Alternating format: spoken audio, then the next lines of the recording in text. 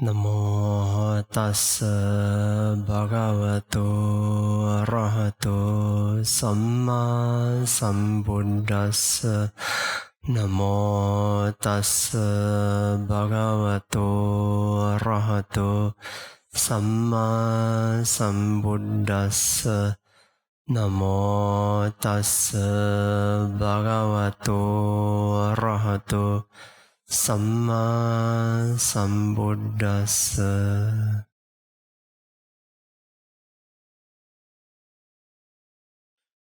Today I will introduce the two aspects of Dhamma to you for Vipassana practice, which is the 5 aggregates, or sometimes we say the 5 aggregates of clinging, referring to non-arahant, anyone below the arahant. The 5 aggregates of those who have not attained full enlightenment is called 5 aggregates of clinging. Because it is object of people that people use to cling to it. But sometimes also we use it generally because it's object that beings inevitably always cling to it. 5 aggregates.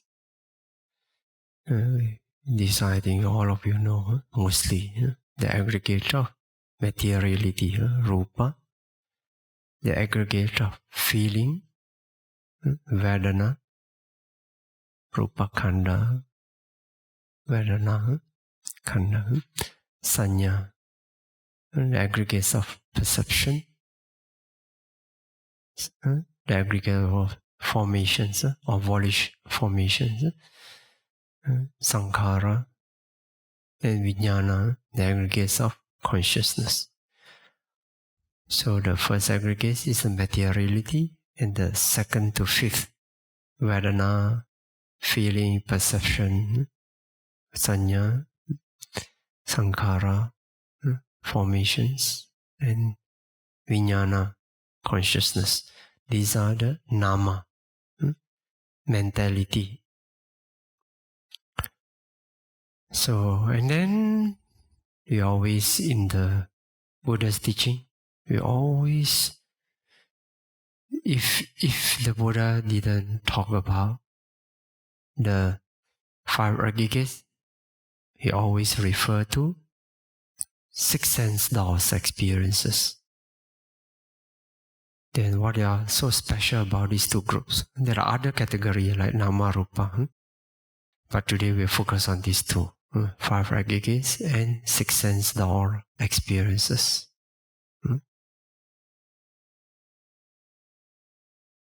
Now,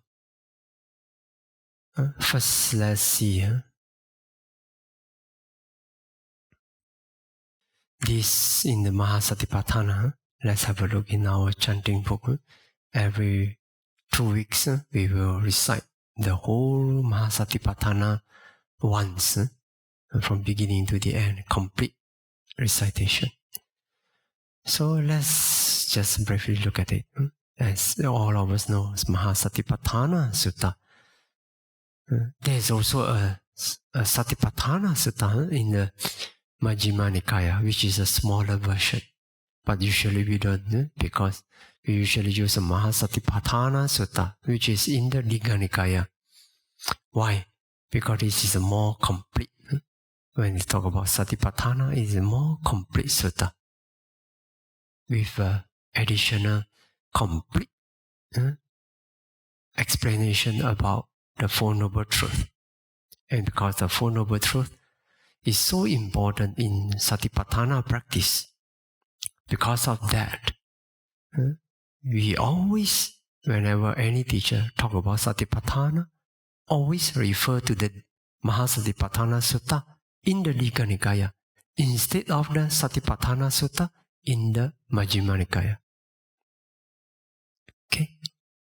Now, okay, let's see the Mahāsatipaṭṭhānasuttaṁ in our chanting book. As everyone knows, when we refer to Mahāsatipaṭṭhāna, we always like to recite this verse, which is so important to us. As it's well known, but it's good to recite again. Let's turn to page chanting book 35. And for the Uddeso, the preamble, let's recite together. The Pali and then the English. Ekayano ayang bhikkhave maggo sattanang visuddhiya soka pradevanang samatikamaya dukkha domanasanang athangamaya nyayasa adigamaya nibbanasa sachikarayaya yaridang cattaro satipatthāna. Okay, English.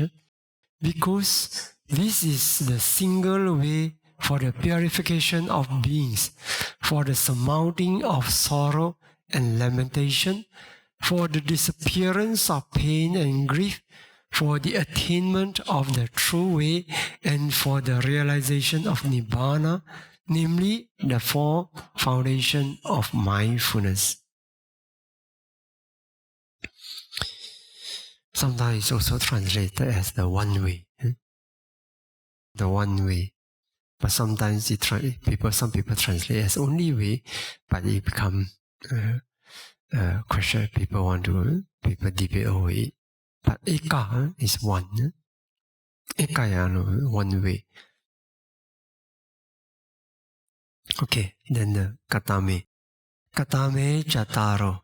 Ida bhikkhave bhikkhu kaye kaya nupasi viharati atapi sampajano satima vinaya loke abhijja domanasang. Vedanasu vedana nupasi viharati atapi sampajano satima vinaya loke abhijja domanasang. Chitte chitta nupasi viharati atapi sampajano satima vinaya loke abhijja domanasang. Dhammesu dhamma nupasi viharati atapi sampajano satima vinaya loke abhijja domanasang. What are the four? Here, because a bhikkhu abides contemplating the body as a body with order, comprehension and mindfulness, having overcome covetousness and grief for the world. He abides contemplating feelings as feelings with order, comprehension and mindfulness, having overcome covetousness and grief for the world. He abides contemplating mind as mind with order, comprehension and mindfulness, having overcome covetousness and grief for the world. He abides contemplating Dhamma objects as Dhamma objects with order, comprehension and mindfulness, having overcome covetousness and grief for the world. Okay.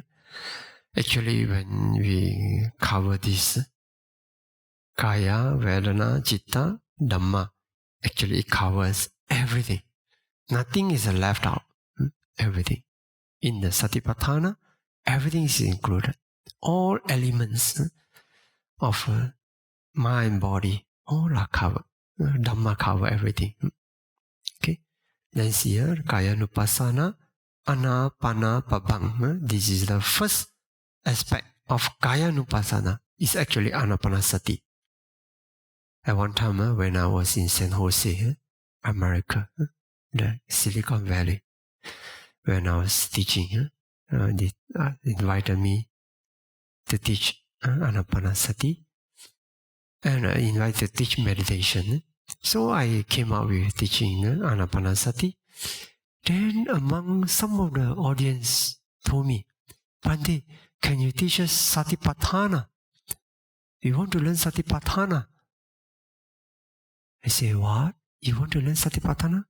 Do you know what is Satipatthāna? They say, we know. Seeing the body arising and falling, whatever. Yeah. Then I showed her, I say, well, before we teach meditation, let's talk about Mahāsatipaṭṭhānasuttaṁ. I showed them. They were shocked. Anapanasati practice is the first meditation object. in Satipatthana Sutta. Yeah, I say this is Satipatthana, proper. Kayanupassana. But anyway, this is not the main part of today. So let's turn to page Dhammanupassana, page 45. We just to have a look on it. What are these Dhammanupassana? We have this contemplation of Dhamma object, the 5 hindrances. Then page 47, Khanda Pabang, 5 clinging aggregates, or 5 aggregates of clinging. And then sense basis. Sense basis, it comes again and again. It means 6 sense laws. 6 sense laws, Dhamma object. Internal and external sense basis. Internal and external sense basis. The eye and the eye object, which is the vision, the visible objects. Then the sounds, ear and the sounds. And the factors, etc. And then the 7 factors of enlightenment, Bojjhanga. Okay, bye. Anyway, this is not the main part of today.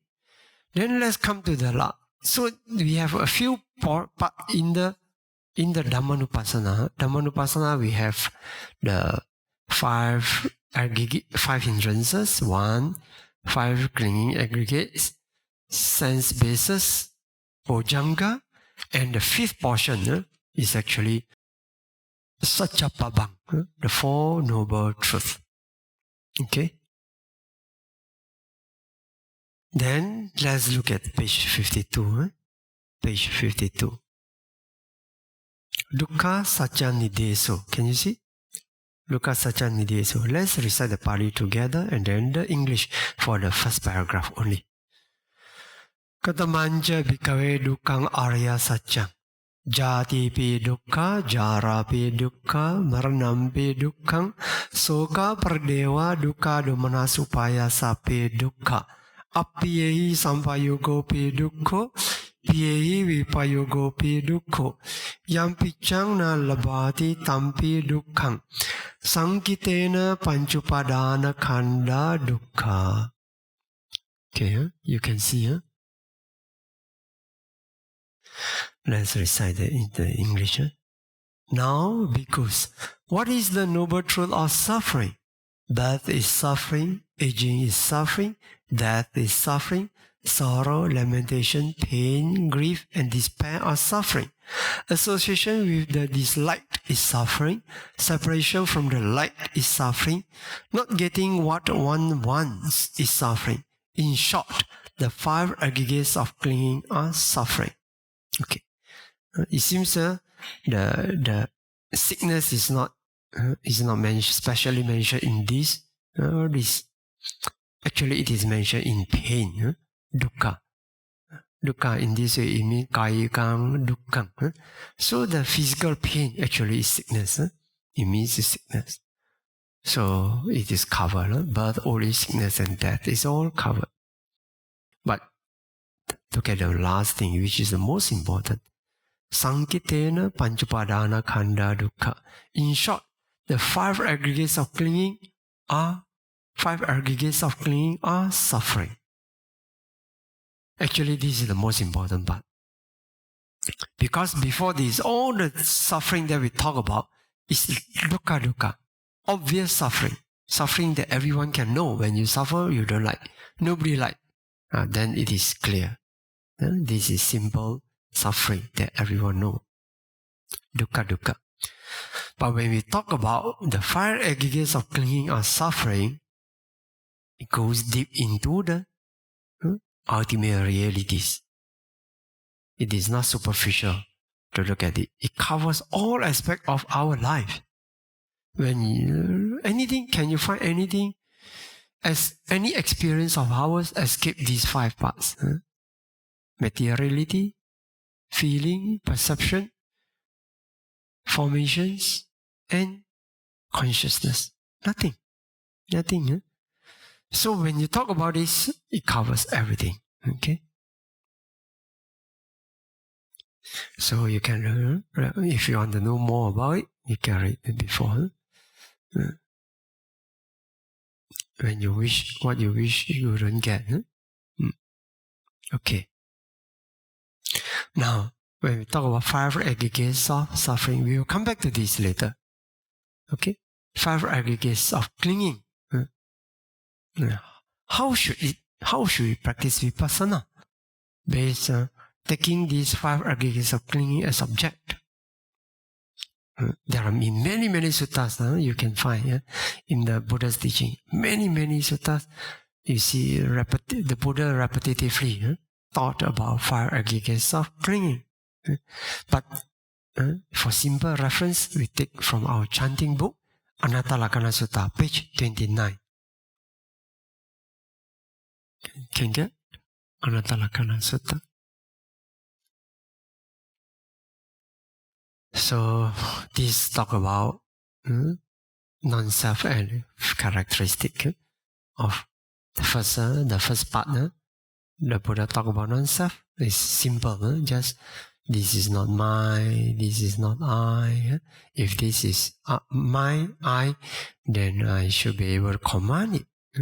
But because I can't command it, then it is not I, not self. Okay, this one that day we have talked about in the previous talk. So we will just skip this part. Then page 30.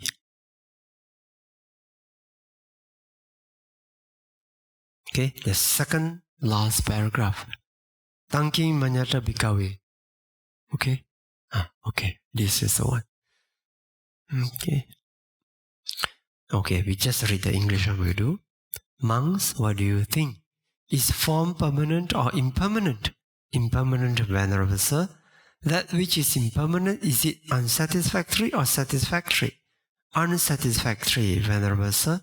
That which is impermanent, unsatisfactory and subject to change, is it suitable to consider this is mine, this I am, this is myself? Certainly not, Venerable Sir. Likewise, the Buddha went on to use the same formula to approach feeling, perception, volitional formations, and consciousness. So you see, in all answer, the 5 monks answer in the same way. The impermanent is suffering. Have you ever thought about it? Are you sure impermanent is suffering? Some people told me, they argue with me, Bhante, impermanent is happiness also. When my pain become impermanent, my pain goes away, my sickness became impermanent and my sickness went away. So it was happy. I was happy when I recovered from my sickness. When my bad feeling went away, when bad perception went away, then I feel so happy. No, the monks did not refer to superficial level of feeling, of perception, of materiality. Because in conceptual level, change sometimes can be good. How can you say change is no good? Sometimes it's good. When you want to listen to the song, they listen to the same song again and again, they feel bored. But when the song change again, keep changing new songs. You will say, good, the change is good. So, but look at the 5 monks when they answer the Buddha. Affirmatively, no, it is unsatisfactory. Why? Definitely, this doesn't refer to the superficial impermanence. It refers to the up to ultimate reality level. When you practice Vipassana, taking ultimate reality as object, all the, not even kalapa, you break through the kalapa's contents of kalapa. For example, in the subatomic particle that you experience, some of you have experienced already here, I'm sure you know already. So when you experience the materiality in the subatomic particle, the kalapa, at least you have 8 elements: earth, water, fire, wind, color, order, taste, and the what we call oja, nutriment. At least you have 8 elements. 地水火风色香味食宿oja.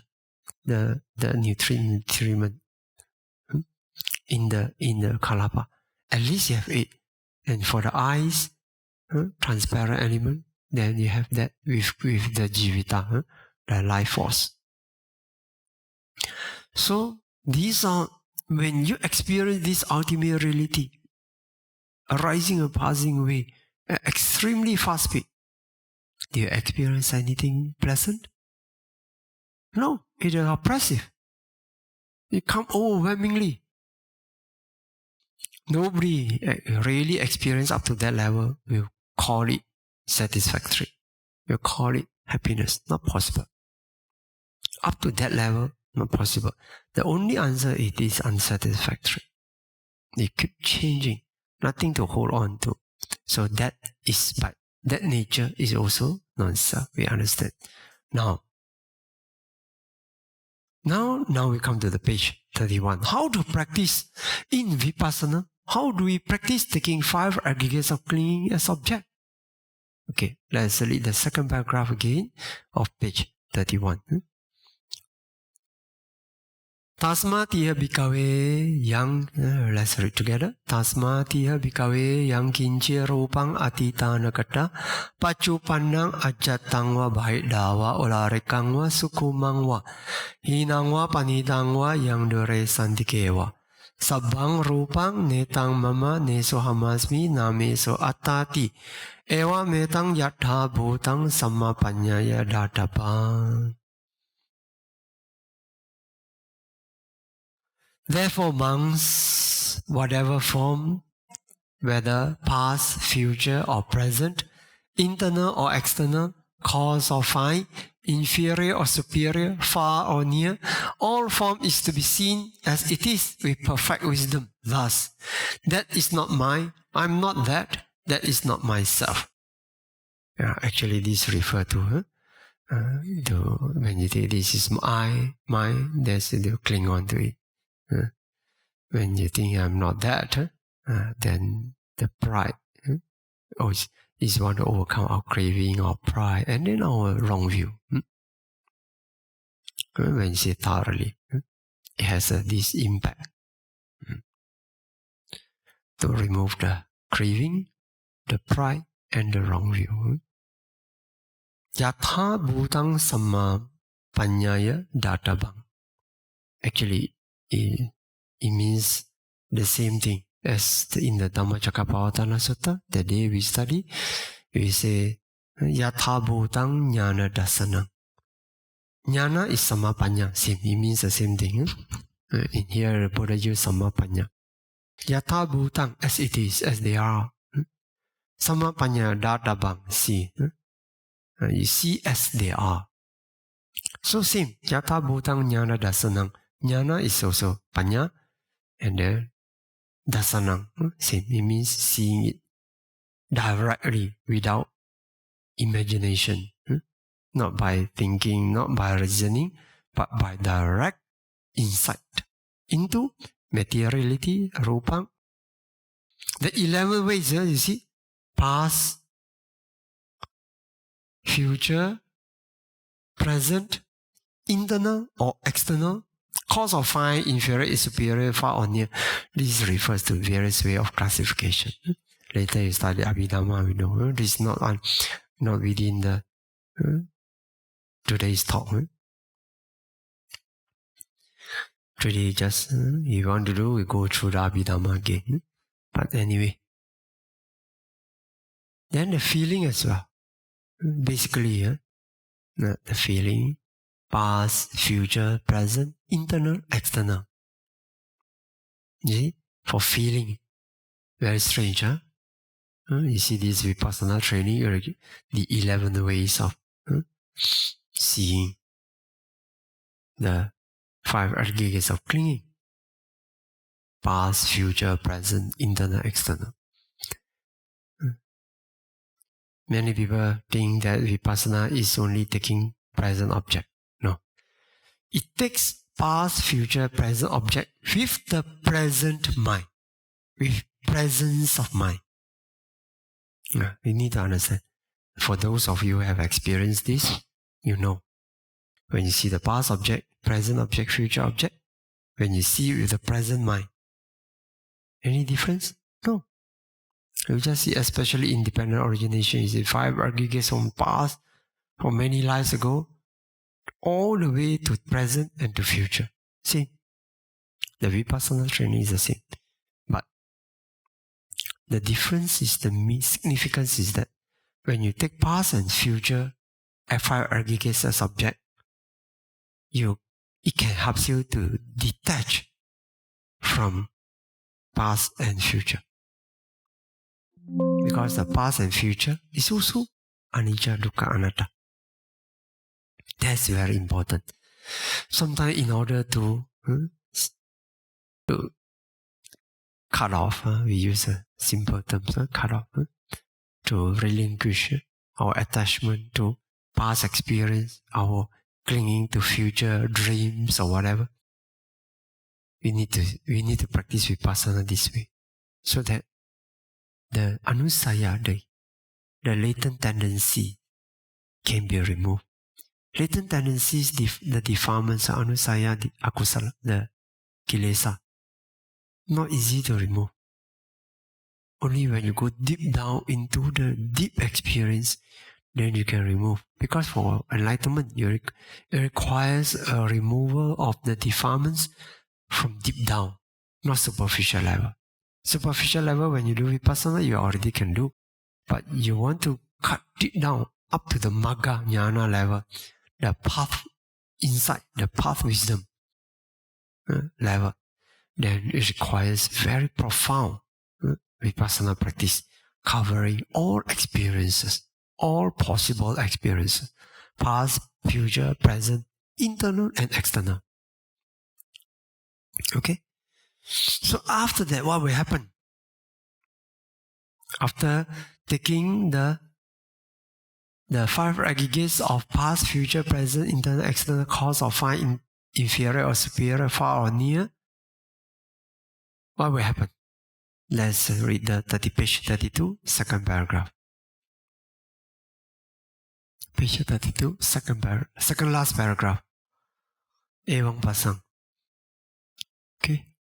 Okay, second. Okay. It's good to recite together, monks. Evang pasang bhikkhave sutva arya savako rupas mimpi nibindati vedanayapi nibindati sanyayapi nibindati sankharesu pi nibindati vinyanas mimpi nibindati nibindang virajati viraga vimucchati vimutasming vimutamiti jnanang hoti kina jati usitang brahmacharyang katang karaniyang naparang itatayati pajanati iti.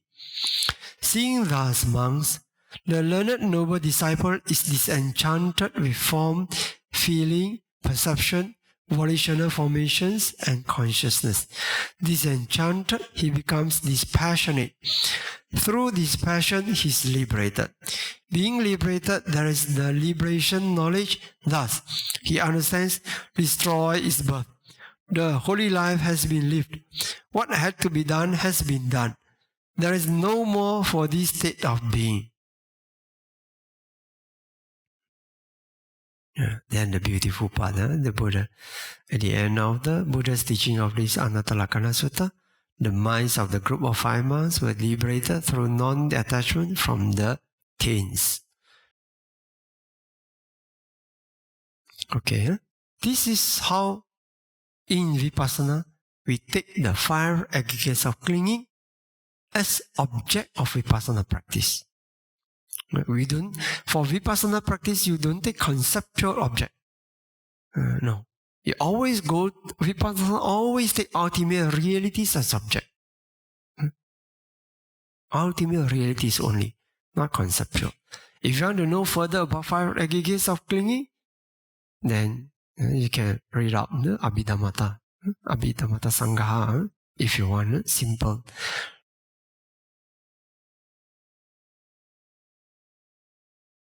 In the Abhidhamma, these 5 aggregates, they classify it in a very special way. Consciousness, mental states, materiality, and Nibbana. 4 ultimate realities. Of course, in the Abhidhamma also we have conceptual teaching about Puggala, how the beings are classified. But mainly when we talk about Abhidhamma, we always talk about the ultimate reality. Okay? So in this ultimate reality of consciousness, mental states, the materiality, and Nibbana, the first 3, consciousness and mental states, they are mentality, and Rupa is materiality. So this covers all sankhara, all formation. Formation got different meaning. Different meaning. Volitional consciousness refer to mental states. But when we talk about the sankhara in a general, in a wider sense, it refers to all conditioned states that arise and pass away. Okay? So now, the effect of seeing the ultimate reality as such in the Vipassana way, it produces impact, natural impact. It is how the natural ultimate reality, the natural phenomena, how it works on our mind is natural. It doesn't require any kind of brainwashing. No. When our minds really come face to face with ultimate reality, it has an impact of producing real, useful disenchantment. Why? When you practice Vipassana, we understand. There's nothing to grasp. All we hold it to be dear and pleasant, and for which we create all kinds of defilements. Now you realize that it is not so dear. Like in the sutta, it refers to it, the experience as something like this. There's a state on your body. You didn't realize, you thought it was nice. One day you suddenly realize, it is a state on my neck. Then you have to throw it away quickly. Because this is you have been cherishing this enemy. This enemy hurt ourselves so much. Because of not seeing it, we hold it so dear. For it, we fight, we kill, we did all sorts of unwholesome things, all causes of suffering. Because of the illusion of it. Now you see the real state of this ultimate reality, then naturally you don't want to hold on to it anymore. So this is natural. Then it opens up the whole opportunity to realize the next ultimate reality, which is not arising and not passing away, not conditioned, which is the Nibbana. Okay? So this is science. This is science. The Buddha realized that the causes of suffering are created because of not understanding the nature, the true nature of things. So when we can understand the true nature of things, then it has a natural impact of not falling into the trap again. Okay? Now let's turn back to page 55. The six sense law experience. We don't have the time to recite the Pali. Let's just recite the English one. Then we can talk about it. Page 55. And because what is the noble truth of the origin of suffering? It is a craving which gives rise to birth, bound up with pleasure and lust, finding new delight now here, now there. That is to say, sensual craving, craving for existence, and craving for non-existence. Wait.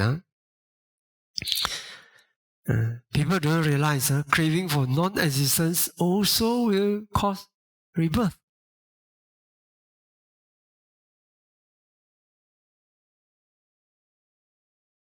Last year, one of my China disciples, at the age of 31 or 30 or 31, 30, committed suicide.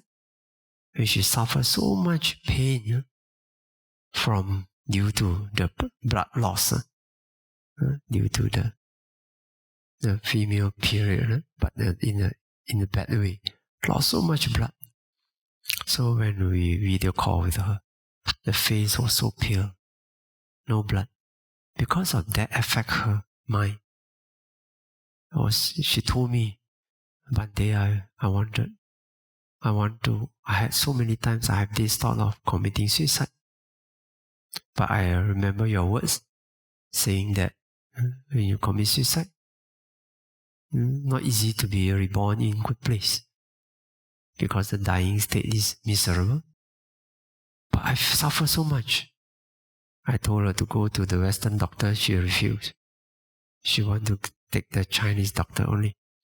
I said, this kind of thing, just simple. The Western doctor will just give you blood infusion, then transmission. You just get some intake of new blood. Then you can maintain for some time. I said, this is simple. Not everything the Chinese doctor is the best. Sometimes you just need the Western doctor. They complement each other actually. I think these two kind of medicinal practice, they complement each other. They have their advantage. Chinese medicine have the special unique strength. But Western medicine also has certain advantage. So when you need a quick remedy, you better go to Western medicine. But she refused to take my advice. So since that's the case, I recommend her to get some advice from Chinese doctor. So, but at the end, a few days later, when I was too busy, I didn't check on her. So by the time I checked on her, she already passed away 1 day before and jumped down to the pool, natural pond, and wearing white attire. Very beautiful, because she couldn't take the suffering anymore. But why not give it a try? Give Western doctor a try. Very strange. I think some kind of karma blocked her from this simple intelligence. She was an intelligent girl, very intelligent, very nice, very lively, very jovial, and very active, very active. But when this sickness came, the mind state changed so much. Suddenly become like old lady. So old, her face looks so old. Very beautiful. So she was craving for non-existence. She didn't want, she saw no meaning in life anymore. She didn't want this life. But would she be reborn? Yes, all the same. Why? Craving for non-existence, thinking that after this there will no more. She knew there was something. She told me she didn't want to go to hell. But at the end, the suffering was too huge for her to bear. She chose to end it. But I don't know. So hard, huh? So craving for non-existence is also another craving that make you be reborn. So the only way you don't want to be reborn is to cut out this craving by wisdom, by Mahañāṇa, through Vipassana practice, by Mahañāṇa. Okay, let's continue. Craving for existence also, let's say you are a Brahma. Brahma usually don't crave for sensual craving, but will they be reborn? Yes.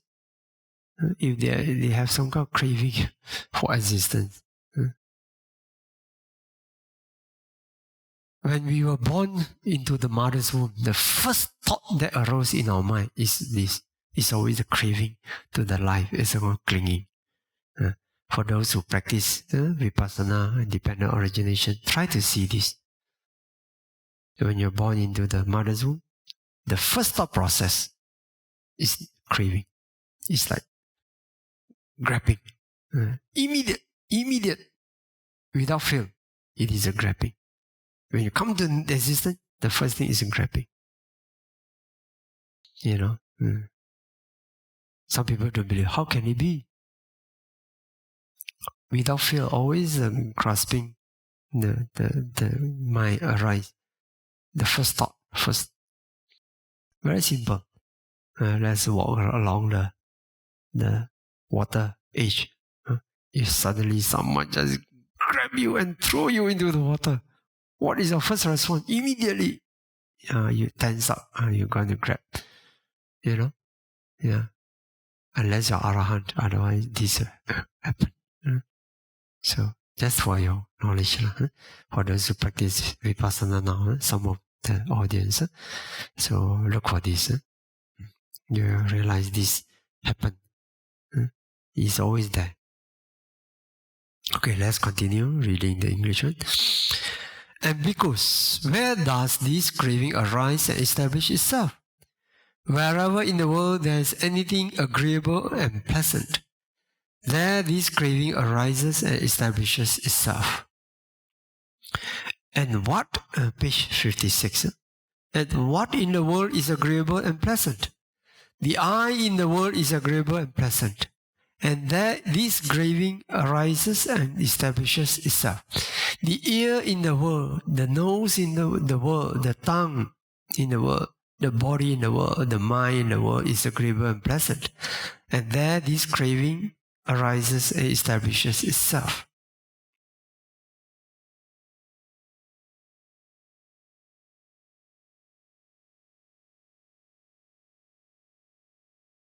There this craving is established. Look at it. Later I will come back to this again. Then let's read again. Visible objects in the world, sounds in the world, odors in the world, flavors in the world, tangibles in the world, Dhamma objects in the world are agreeable and pleasant. And there this craving arises and establishes itself. Actually, I think it makes sense when we translate another way also, The world of eye, the world of ear, Yes, actually, when we experience the world through eye, ear, nose, tongue, body, and mind. And also, visible objects, sounds. Actually, these make up our world. So if you look at the Pali, Gandha Loke, Rasa Loke, Potapa Loke, it actually refers to the elements that we deem it to be our world. You can understand it. So the translation, the language may be a little bit awkward, but you can understand it this way. All these elements are what we hold it to be, we consider to be our world, Yes, look at it. Think of it properly. When we talk about our world, my world, it's always this eye, ear, nose, tongue, body, all these experiences. You read further, you understand. It covers all aspects of our experiences through six sense doors. Okay? So put aside the translation. You cannot, difficult to translate it perfectly. So it can also refers to it means basically the experience that we hold dear and call it our world. Okay, eye consciousness in the world, ear consciousness in the world, nose consciousness in the world, tongue consciousness in the world, body consciousness in the world, mind consciousness in the world is agreeable and pleasant. And there this craving arises and establishes itself. So when we always experience with our eye, eye refers to what? In our eye, you find various types of kalapa. The element that take in the light, have an impact to the light, basically is the eye transparent element. Not the whole eye. Eye transparent element. The ear is likewise ear transparent element, nose transparent. The kalapa, that having this transparent element, and it is this transparent element that take the colors, take the sound, take the smell, and the taste, and the tangible feeling. like that. So, put aside. So these are the experiences. So it's always the base, then the object, and the consciousness. Without the consciousness, you don't see. Do you have the experience sometimes when you look at something, but the mind is wandering somewhere? And then after that, people ask you, do you see some so and so? No, I didn't see. You forget.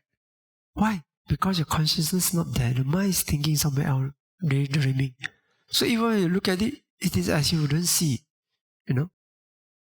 It is only when these three come together, I, the object, and the consciousness, then you see.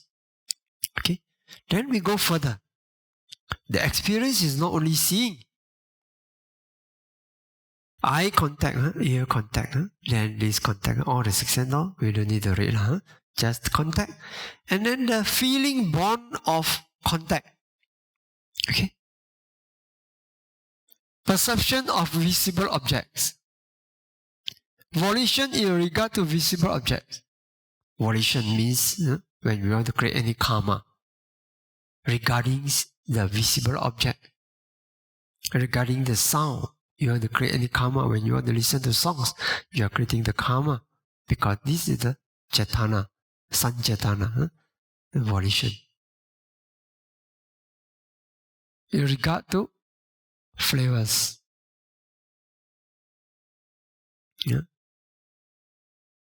Volition in regard to the tangibles, etc. Then craving for visible object. Craving arise. Satchatana, it involves the most important, the fundamental mental states for creating karma. When you don't have the cetana, even you, sometimes in every day we step on some beings, but we don't say we kill. Why? Because we don't have the cetana. When we have the cetana, you want to kill this being that you see, then, or when you sleep, you hear the sound of the mosquito, and then you kill. That is a object. The sound.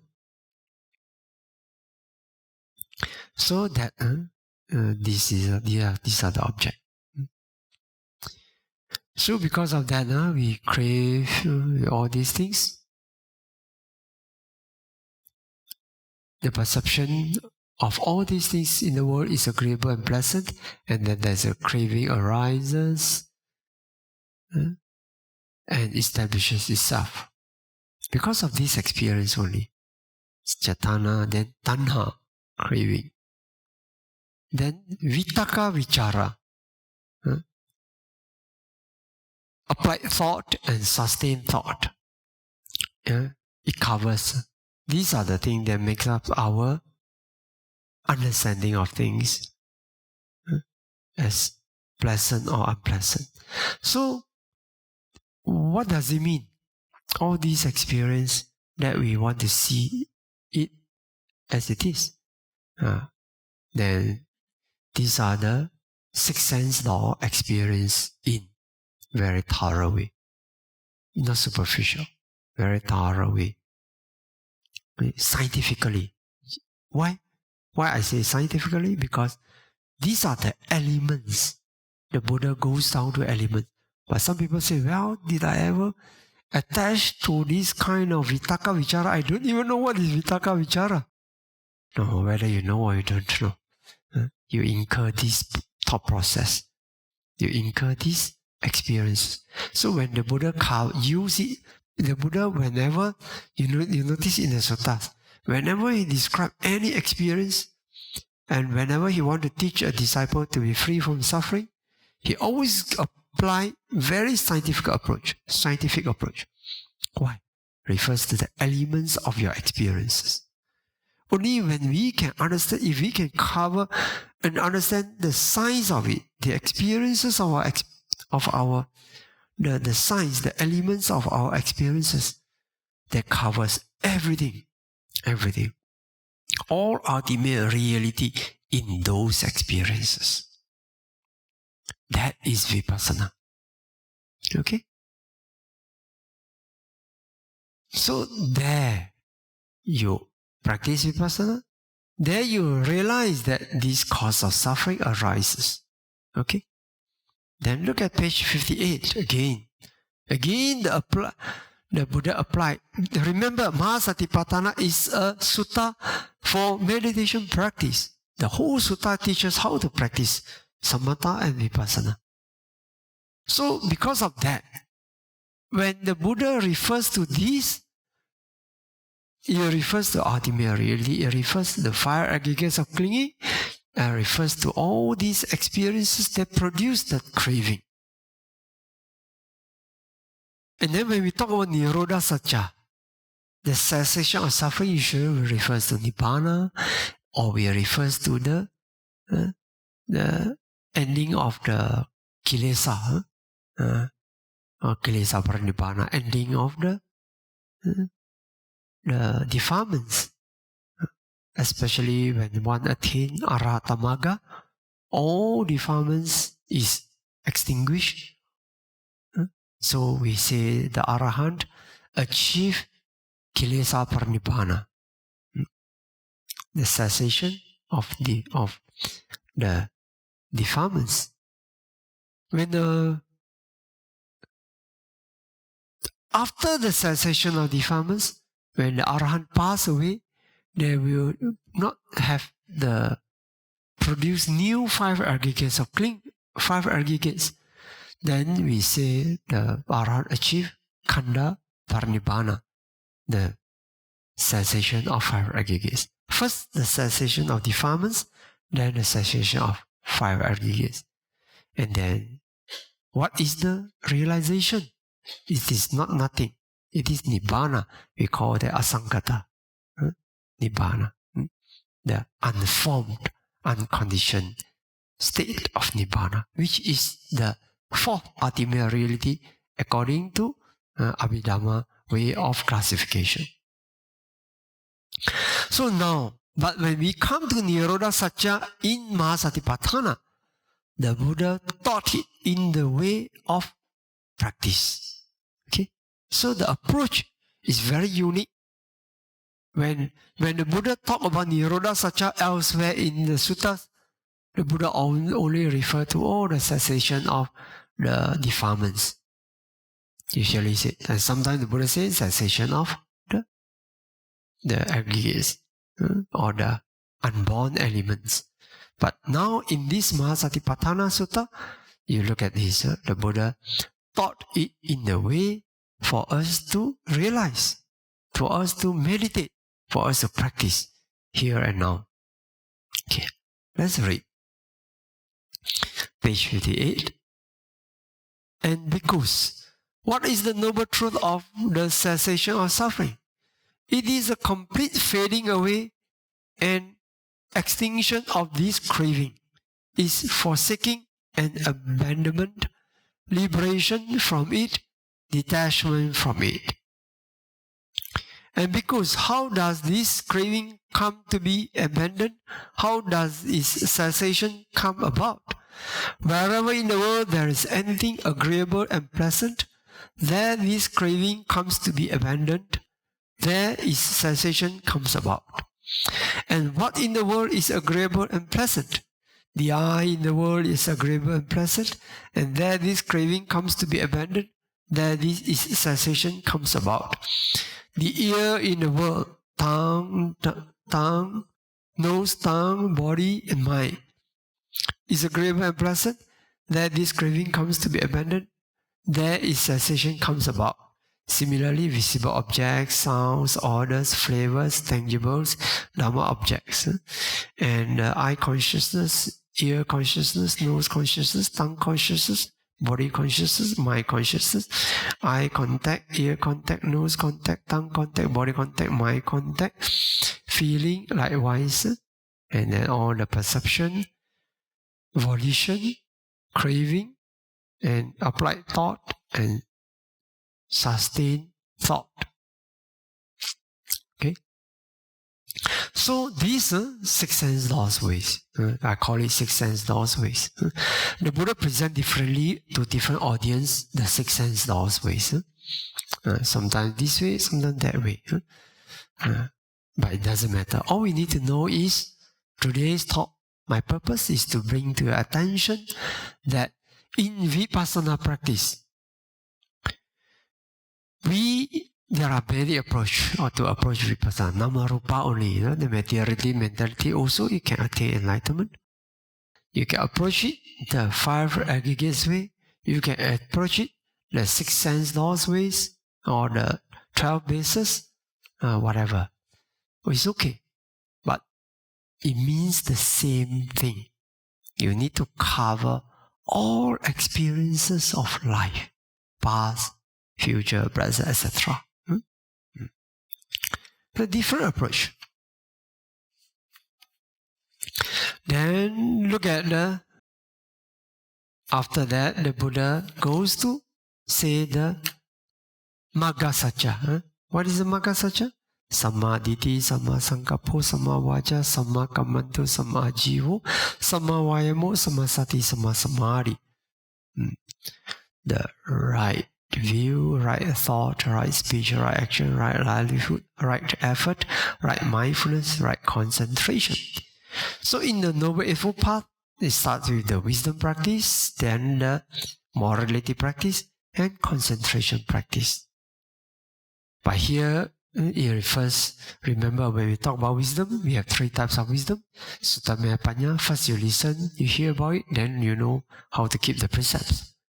You know why you need to keep the precepts. So right view, right thought, it is a wisdom practice. Then we cultivate our morality, cultivate our concentration. You notice that just by hearing about the Dhamma is not enough. You need to contemplate about the Dhamma. Then you cultivate the Cintamaya Panya, the wisdom based on the reasoning or thinking power.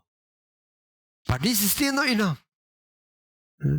Then you need to cultivate based on morality and concentration. Because of the understanding, you develop morality and concentration.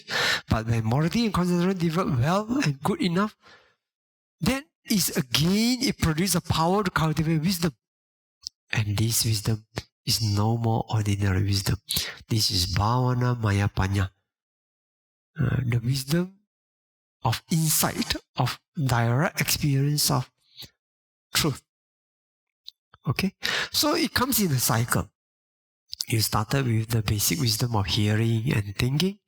Then you are able to practice the morality properly, virtues properly, concentration properly.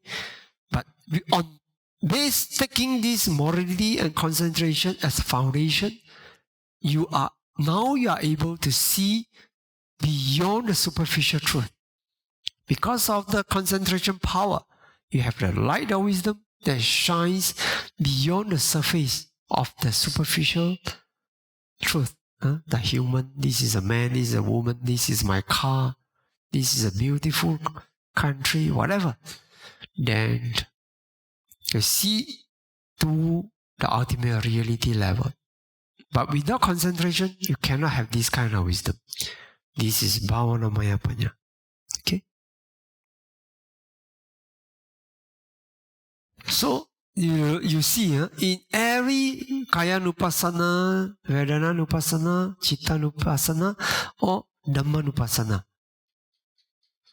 you see the ending is always this, page 62. Okay.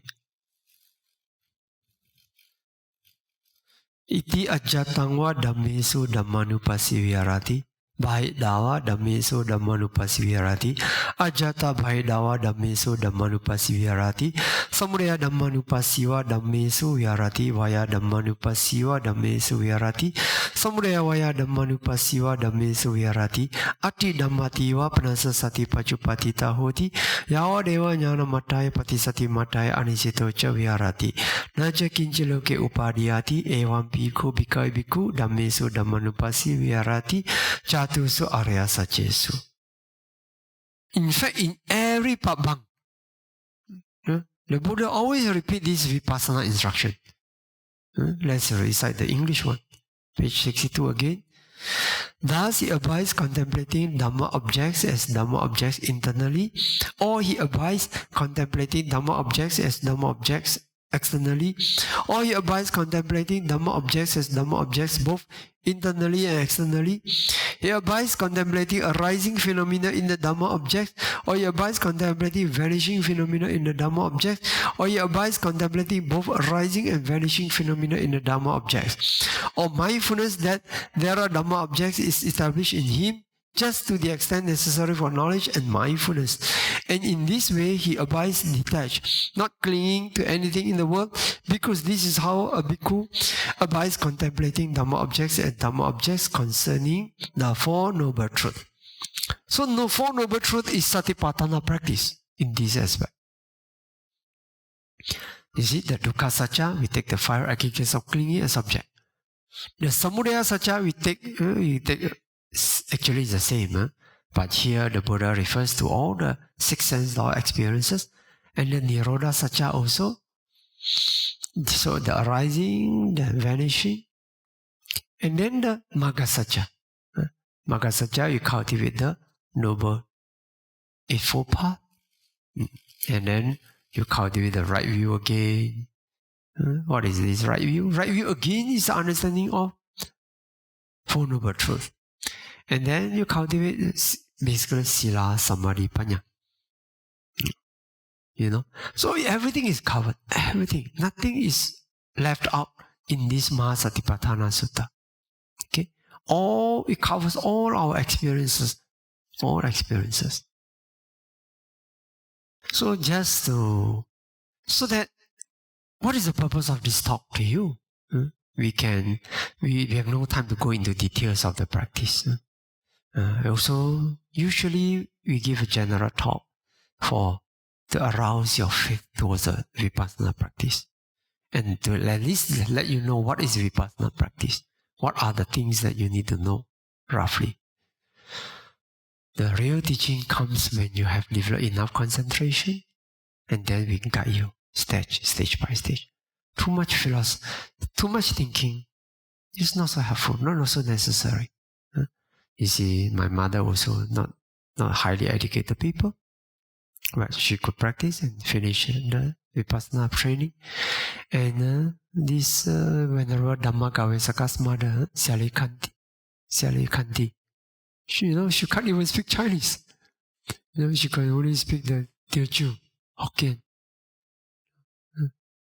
She couldn't even read all these ABC. I think she doesn't know A to Z, I think. But she could practice. Why? Because she practiced to see. When she developed concentration with a simple mind, she see. To use all these terms, she may not be able to use all these terms. But she could see. Because this is the reality. When you have concentration, you can see. With your direct insight. So, like that. So, the message of this talk is to tell you that all our experiences, how we experience the world, how we experience ourselves, everything the Buddha has taught us to take them as object, as a method, as training. So sometimes it is unwise to blame this experience, blame that experience. All experiences can be used, in fact need to be used as object of our Vipassana practice. If a memory happened, bad memory about the past, you don't know how to deal with it. But with Vipassana training, you can take the past memory about the painful experiences. Take that when you have concentration, shine your light on it, the past one, past 5 aggregates. See the past 5 aggregates, the materiality, the feeling, the perception, at that time, how was that volitional formations, all kind of mental states, how was it? And then all the consciousness. And take them as object and see the anicca, dukkha, anatta, impermanent, suffering, non-self of it. And see the causes of them. And those causes are also anicca, dukkha, anatta. And not only that, even the wisdom, the current wisdom that took this as object. Of the wisdom is also another thought process, and the wisdom also anicca, dukkha, anatta. When you practice like this, nothing is left out. Everything is covered. So, what else can you attach? You say you don't attach your present, but you may attach your past. If you say you don't attach your past, you may attach to your future.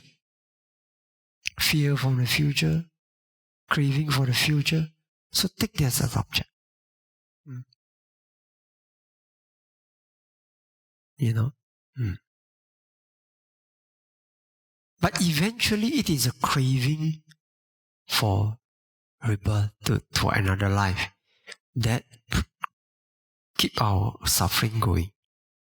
Yeah, no doubt anger is also a cause of suffering. Delusion is a cause of suffering.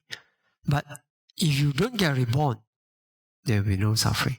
So it is the craving for sensual desire, craving for existence, and craving for non-existence. That is the root suffering. So if you can conquer this, no more being reborn again. Okay? You won't be reborn again. So this is the purpose of this talk. Today we are not meant to talk about the deeper part of Vipassana. Also to discuss only theoretically, also not meaningful. Only those kind of discussion is only meaningful when you have enough concentration. Okay? Then we go into the Vipassana practice. This talk is meant to arouse your some knowledge so that you know how important it is to regard all experiences of our life, whether it comes through our 5 aggregates or in another representation from 6 sense doors. Okay? It means the same thing.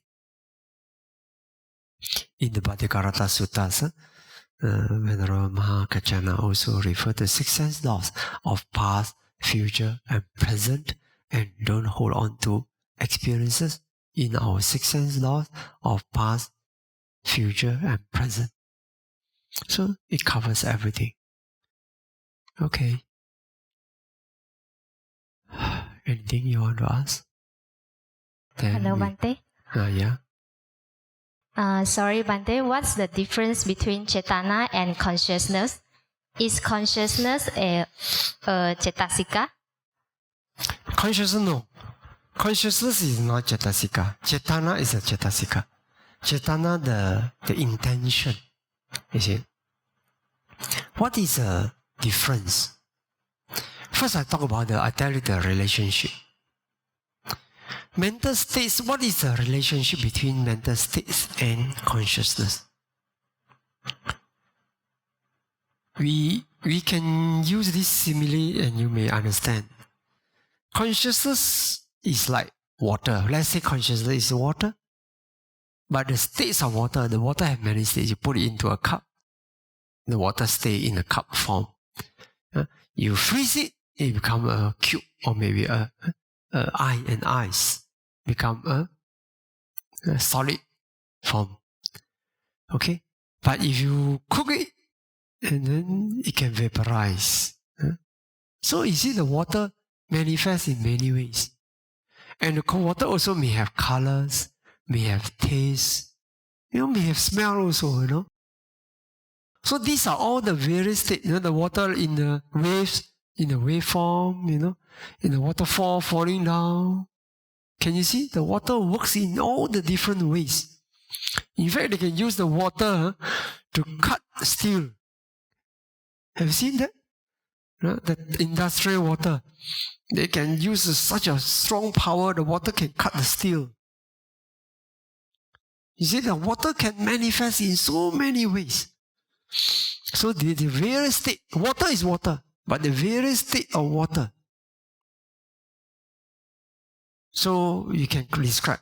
But can the various state of water be separated from the water? No.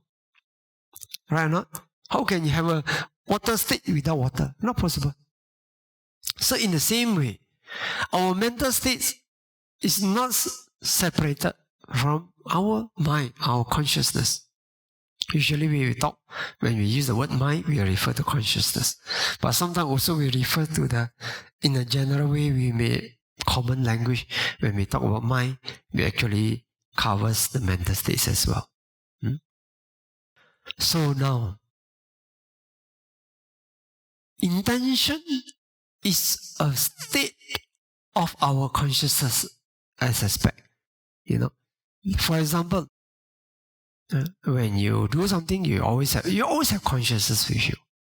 But it is the attention that makes us look at something. If I look at the clock, but if my mind is somewhere else daydreaming, it seems I'm paying attention, but actually my attention is not there. So I actually don't see. But only when my attention is there, and then I see. So that is a function of attention of the mind.